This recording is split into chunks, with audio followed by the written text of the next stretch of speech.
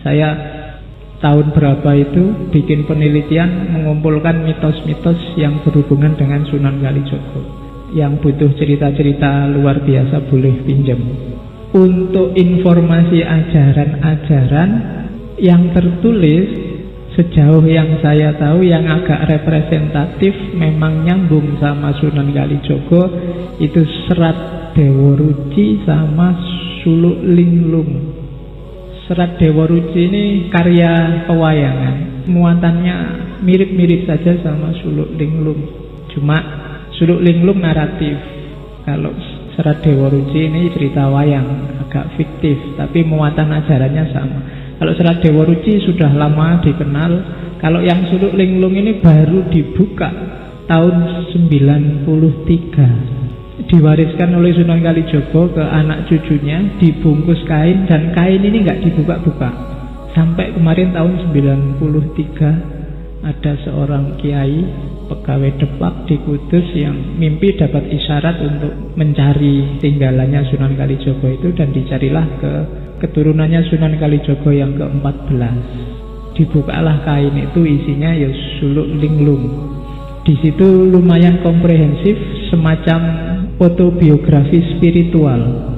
Sejak Sunan Kalijogo gelisah, jadi berandal, berguru ke Sunan Bonang, dan seterusnya. Di versi Suluk Linglung yang ketika dialog dengan Nabi Khidir itu nanti ada fase manunggaling kawula Gusti. Di Dewa Ruci juga ada fase cerita tentang manunggaling kawula Gusti. Jadi di level ini banyak orang menafsirkan bahwa Sunan Kalijogo itu sebenarnya wawasan sufistiknya sangat tinggi, tidak kalah sama Syekh Siti Jenar, tidak kalah sama Ibnu Arabi dan kawan-kawan. Cuma untuk kepentingan dakwah, dia menyesuaikan level pengetahuannya dengan masyarakat. Karena kalau dakwah langsung level tinggi kayak Syekh Siti Jenar dulu, itu bisa bikin orang salah paham, karena level pemahamannya nggak nyampe. Ketika Syekh Siti Jenar bilang kita harus bisa mati sak jeruning urip, terus orang yang nggak ngerti milih mati, akhirnya ada yang begal, ada yang ngerampok, dipukuli orang kampung sampai tewas, alhamdulillah cepet ketemu Allah kan. Jadi akalnya nggak nyampe, dan itu yang menurut saya cerdiknya Sunan Kalijogo dalam berdakwah. Jadi meskipun wawasannya luar biasa, dia tidak ujuk-ujuk terus ngasih wawasan yang tidak bisa dipahami oleh umatnya. Dan terbukti nanti dakwahnya sukses luar biasa, khususnya lewat media seni. Dalam catatan saya 50% lebih simbolisme kebatinan Jawa itu hasil karyanya Sunan Kalijogo.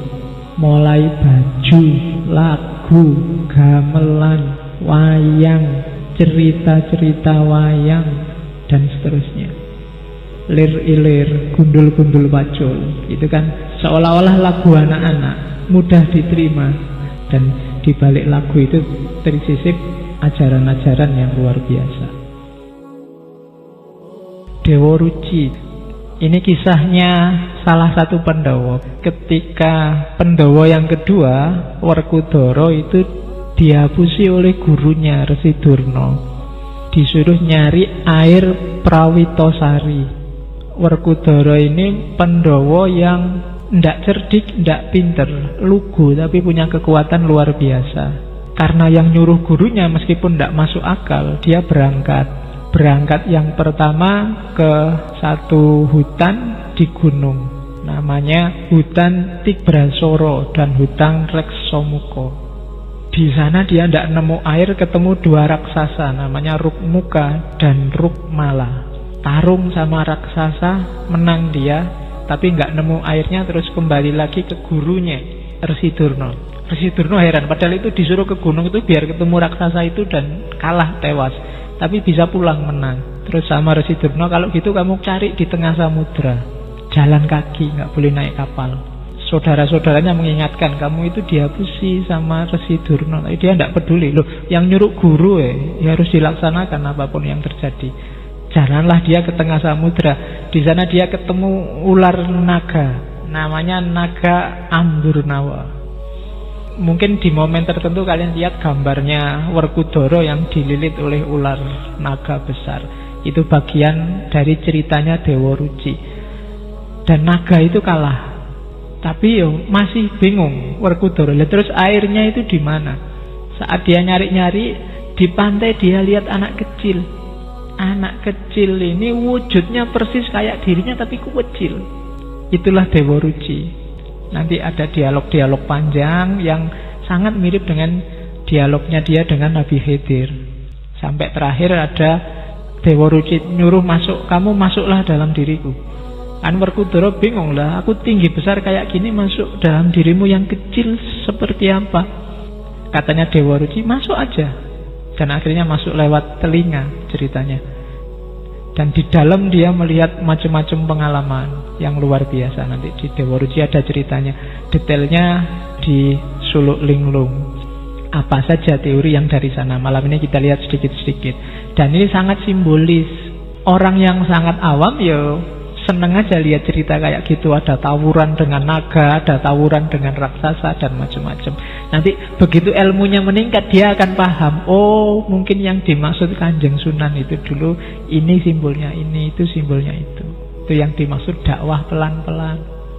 Tidak ujuk-ujuk langsung diajari manunggaling kawula Gusti.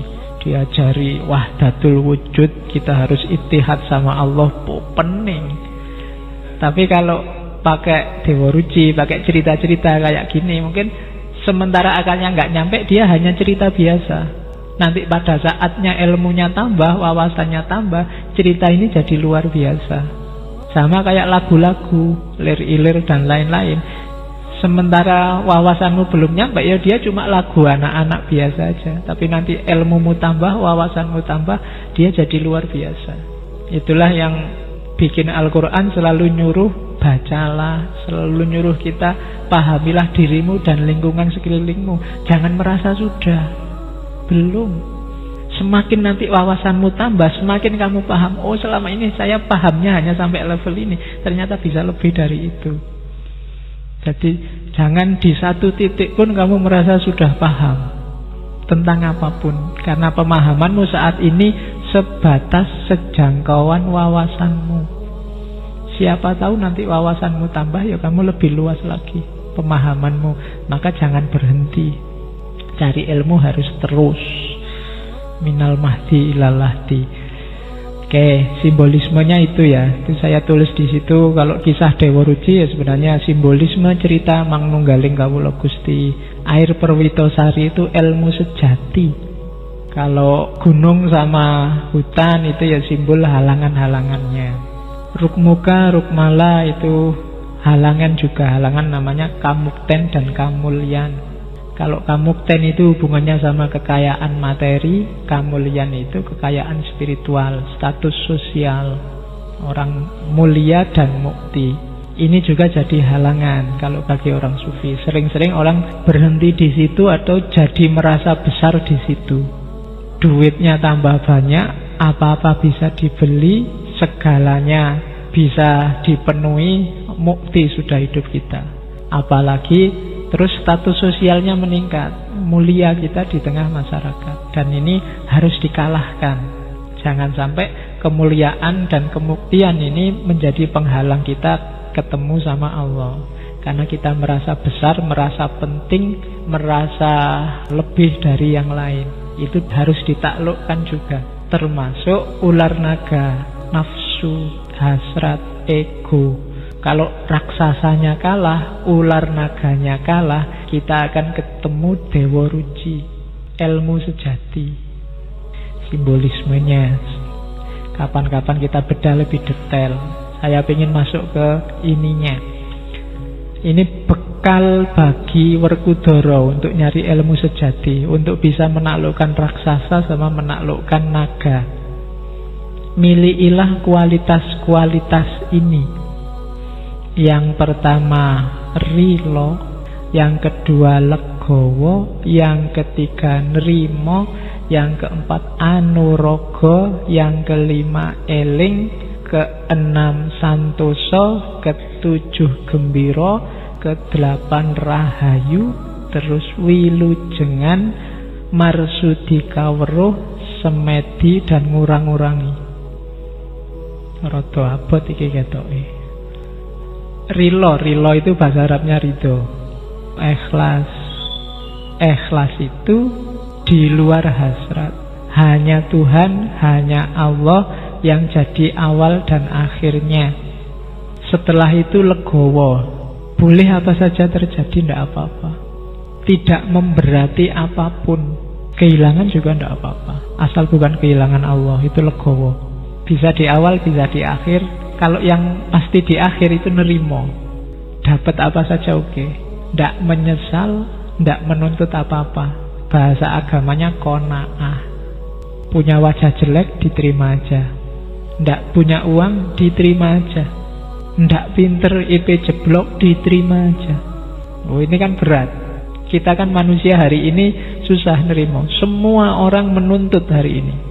Menuntut keinginannya agar terpenuhi, menuntut egonya agar terpenuhi, dan seterusnya. Setelah itu rendah hati, anurogo. Tidak boleh sombong. Tidak boleh aku. Tidak boleh merasa besar. Terus eling.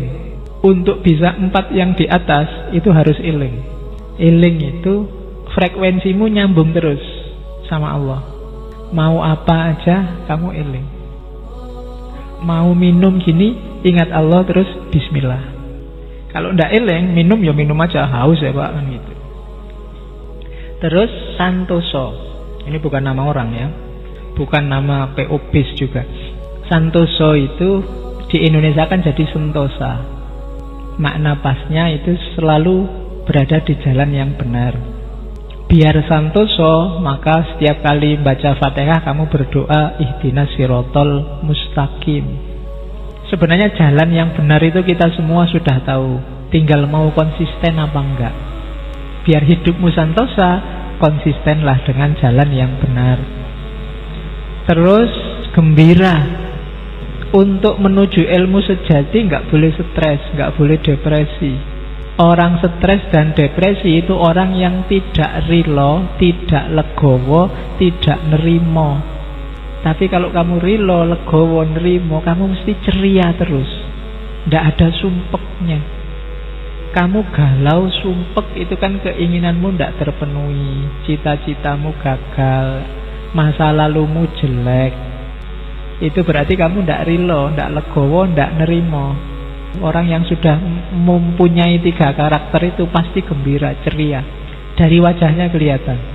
Orang dekat juga enak, ndak mencurang, ndak sumpek, suntuk. Diajak ngobrol nggak enak. Dari mana mas? Dari belakang. Mau kemana? Mau ke depan. Susah. Dari mana Thomas? Kok jalan kaki aja? Emangnya harus ngerangkak? Susah diajak ngomong. Jawabnya tidak enak terus. Tidak ceria. Hidup jadi beban. Tidak akan ketemu ilmu sejati. Orang kayak gini mesti mengeluh terus. Terus rahayu. Rahayu itu hatinya selalu ingin melakukan yang baik. Makanya Islam kenal assalamualaikum. Agama yang lain yang pakai istilah rahayu. Mengharapkan orang lain dalam kondisi baik, selamat selalu. Selanjutnya wilujengan. Jangan salah, untuk cari ilmu sejati juga kamu harus wilujeng, harus sehat. Jangan mentang-mentang saya mau ilmu sejati tirakat terus poso, ndak makan, ndak minum, ndak ngerokok, ya kecut. Sehatlah ya. Sehat dulu baru bisa semua ini. Lah kalau kamu sakit ya mikir gembira, mikir santosa, eling ya apa? Jaga kesehatan. Jangan melakukan hal-hal yang mencederai kesehatanmu.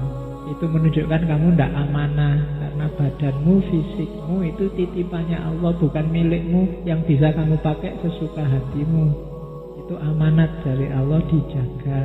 Kalau memang tidak ada yang penting ya tidak usah melekan. Kalau memang nggak kepepet karena nggak ada uang ya makanlah 3 kali sehari. Kalau tidak ada uang ya utanglah. Kalau sudah terlalu banyak utang ya ganti warung.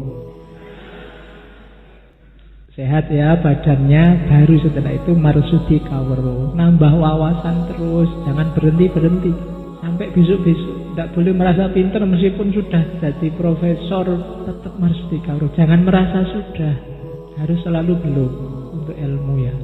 Setelah itu semedi, introspeksi ke dalam. Yang dilakukan di atas tadi semuanya sudah pas atau belum? Kalau bahasa agamanya tafakkur muhasabah, harus ada fase ininya. Dan yang terakhir, ngurang-ngurangi, tidak boros, tidak kakean turu, tidak kakean makan, jangan berlebihan. Kamu sendiri ngerti mana yang harus dikurang-kurangi, berapa jam harus begini, berapa jam harus begitu, dan seterusnya. Smartphone-mu itu harusnya berapa jam sehari kamu pakai. Kalau selama ini bangun tidur yang dicari dulu HP, sekali-sekali nggak usah nyari HP dulu lah. Begitu mau nyari HP, andaan nanti aja tak buka jam-jam 8. Kalau memang sangat penting kan masuk di WA, mestinya kan telepon kan gitu pikiranmu, biar nggak was-was. Jangan-jangan ada yang komentari aku nih, jangan-jangan ada yang ngomong aku nih, kan selalu kalian gitu tuh. Jangan-jangan ada yang komentari nih, ada yang jempol nggak, ada yang kan gitu terus. Jadi kamu terpaku di situ terus.